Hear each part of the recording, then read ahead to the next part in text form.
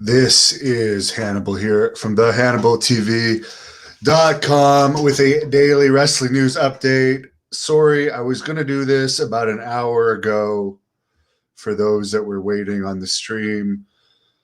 But Sean Stasiak, former WWE and WCW star, called me back about a shoot interview we've been planning on doing together since about February. It's finally going to happen, looking like probably the week of the 20th of September.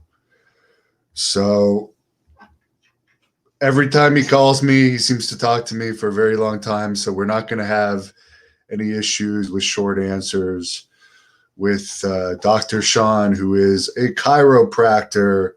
He's been very successful outside of wrestling, of course, son of the legendary Stan Stasiak.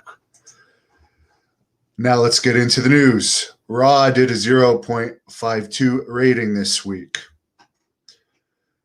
And another piece of interesting news is Booker T's reality of wrestling promotion appears to be taking over the television that SWE Fury used to have. Many of the stations, he's announced that they're entering nearly 50 markets. Of course, SWE Fury is now legally out of business. Kenny Omega has been named PWI's top wrestler of the year. This is the same guy that was drawing like 0.02 ratings on Impact. And if you walk down the street, if I walked, let's use miles. If I walked on my sidewalk 10 miles and asked everyone I saw, do you know who Kenny Omega is? I would be shocked if more than a handful of people knew who Kenny Omega was. If I asked the same amount of people if they knew who Hulk Hogan was, probably at least 85 to 90% of people would be able to tell me Hulk Hogan is a wrestler. But I don't even know if anyone I don't even know if it exists as a magazine anymore. I do know you have to actually, as an independent wrestler, submit your matches to be considered. But yeah, I don't know what they take into consideration for being the best wrestler. Is he Dave Meltzer's favorite wrestler? Yes. But is he the best wrestler? I would actually use Hulk Hogan's terminology. The best wrestler is the wrestler that draws the most money. Who is drawing the most money this year? We did see John Cena actually had quite a positive effect on WWE house show business when he was added to house shows over the course of the summer. But did he draw the most money over the course of the year? I honestly don't know who did. I would have to research that. The year is not up. And if they're going by last year, it was pandemic, so it'd be hard to say. I don't know. I don't do those type of lists. But you would think the wrestler of the year would be more of a household name. I would have put Jon Moxley ahead of Kenny Omega myself, to be honest with you, because more people know who Jon Moxley is. And I think he's received better overall by fans. It's a small portion of fans that find Kenny Omega entertaining. Get into some of your questions. David's looking forward to my Rockin' Robin interview October 1st. Thoughts on Stu Hart? All my interactions with him were positive, although unfortunately he was in his last years at the point in time that I knew him. Bobo says, hello, everyone. Wendell, very funny. Very, very funny. Well, he could tell you some interesting stories about mat rats. Somebody is a CM Punk fan. By the way, Sean Stasiak liked CM Punk's AEW debut. He was talking to me about that. OG Bobby says, nice thumbnails. Well, that was the most entertaining part of the Raw highlights that I saw. And I guess Nia Jax lost to Charlotte on Raw. From the highlights that I saw in the WWE's highlight video, I would agree with you, Sex Machine. I don't think it's just TV 14. You need more entertaining characters.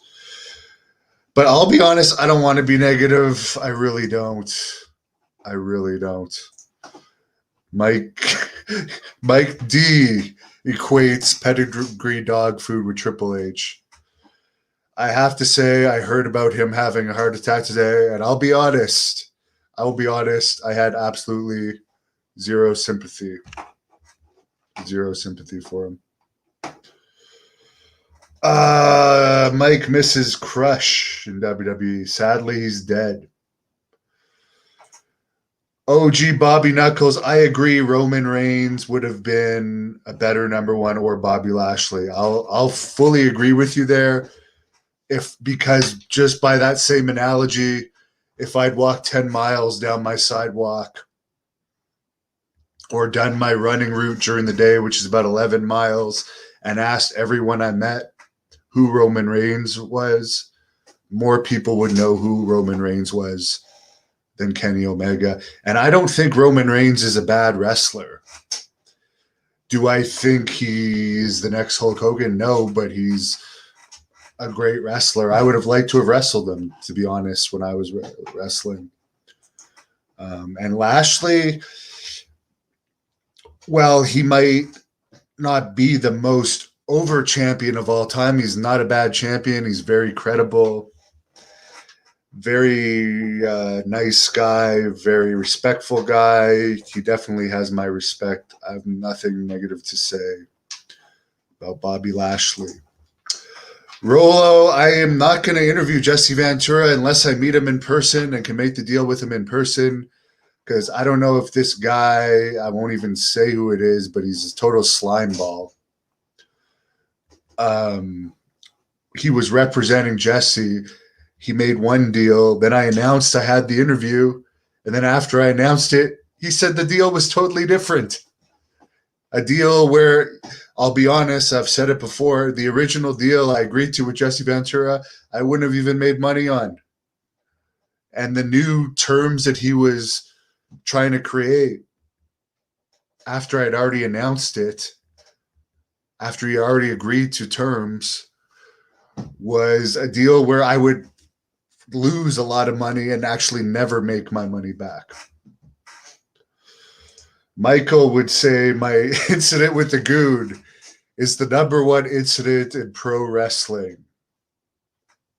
What would I honestly say is the number one incident of pro wrestling in the past year? I can't even remember. But that does remind me, there is something I wanted to talk about, because it is an anniversary today. And this was a very memorable incident. It happened all the way back right here in Ottawa, Ontario, September the 9th, 1991. I was there. And it's 2021 now, and I'd rather watch this than anything that happened on wrestling this week.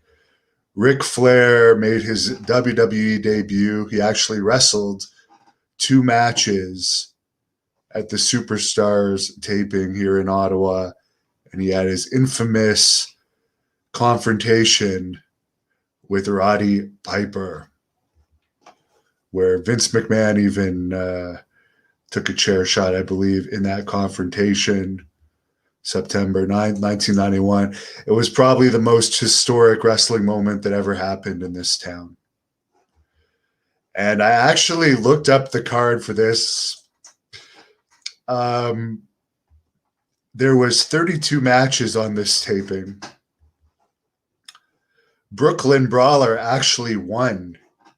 He defeated Ross Greenberg. I didn't even remember that. Let me talk about some stuff I did remember. Ric Flair defeated Jim Powers in one of his matches. Virgil defeated Ted DiBiase. Big night for Virgil. Bret Hart defeated the Warlord. Ted DiBiase defeated Jimmy Snuka. The Legion of Doom fought the Natural Disasters to a double disqualification. The main event, and this was the match that was in all the publicity for the show, was a body bag match where Sid Justice defeated The Undertaker. Now, what's interesting is the main event was the 14th match of the evening out of 32 matches. So with so many squash matches, it's interesting that they didn't put the main event on last. And the funny thing is, Sid Justice was over like crazy on this show. And if you had asked anyone in the arena if 30 years later people would still be talking about The Undertaker as this phenomenal legend or Sid Justice, people that night would have told you Sid Justice. So it's funny how things play out. Because I was a Sid fan, but I was always an Undertaker fan from the start. And I thought The Undertaker was going to win because it was a body bag match. And I remember my dad telling me like, oh, Undertaker is just a flash in the pan. It's just a gimmick. Sid's going to win, and that he was kind of rubbing it in. Oh, and now we see why the Brooklyn Brawler won his first match, because he had an Intercontinental title match, match number 15 versus Bret Hart, where Bret Hart defeated him in 2 minutes and 27 seconds. Pat Patterson, the Brawler's close friend. And if you ask Kamala, his lover, according to Kamala said that in my shoot interview. Patterson was also there that night. He was involved in the breakup of the Ric Flair incident. The Rockers defeated Dwayne Gill and Barry Hardy. There's a good interview on this channel with Dwayne Gill. Jim Duggan appeared. The Berserker, who I recently did an interview with, beat Scott Taylor. Scotty Too Hottie was on this card as a jobber defeated in 3 minutes by the Berserker. And then Virgil defended the $1 million title match against a jobber and beat the jobber in 2 minutes. Erwin R. Shyster defeated Jim Powers, which that was the third time Jim Powers wrestled, because he also wrestled in the first match of the night. The Nasty Boys were on the card. Ricky Steamboat was there. Big Boss Man, the Beverly Brothers, Jake Roberts, the British Bulldog, Jim Neidhart. And the last match of the show was Skinner versus Joe Bellotti. What a way to close the show. Match number 32. Skinner was on there. And by the way, Ric Flair versus Mark Thomas ended in a no contest, because that's when that whole incident took place. And I see Sean is texting me again. He says he promised. Oh, wait. Oh, my God. He says he promises he'll keep his answers short for the shoot interview, because he ended up talking to me for an hour about something real quick. Long story short, I just got into this.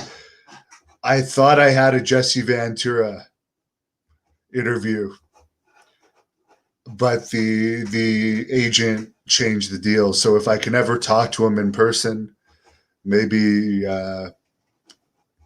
he'll actually agree to it at a reasonable price, considering.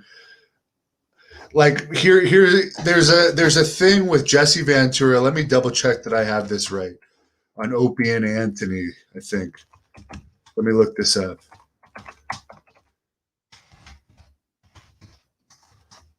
Let me see this. Okay. Yeah, it was on that show where a guy named Jim Norton is rude to Jesse and he walks off the show and has 3.2 million hits. I guarantee you he probably did that interview for free. And all I wanted to do was document his career. And actually, Billy Graham, when we thought it was happening, had a few questions that he actually wrote me to ask Jesse. And Billy was the guy that inspired Jesse. So your agent can go to fucking hell. Because for one thing, Billy Graham inspired Jesse, and you want to charge me crazy amounts. Because believe it or not, I am Billy Graham's last protege. And like Jesse was one of his proteges, Hulk Hogan was. So you want to treat the last wrestler that's close to Billy Graham like shit. Fuck you to that scumbag slimeball agent that's actually making me shake thinking about him. So I'm going to use this energy to go out there and hit the pavement and run right now. Bye. Thank you for watching the Hannibal TV. Please like this video if you enjoyed it and click the subscribe button to not miss any of our latest shoot interviews, match videos, or news updates. Support us on patreon.com for $1.99 a month to watch our full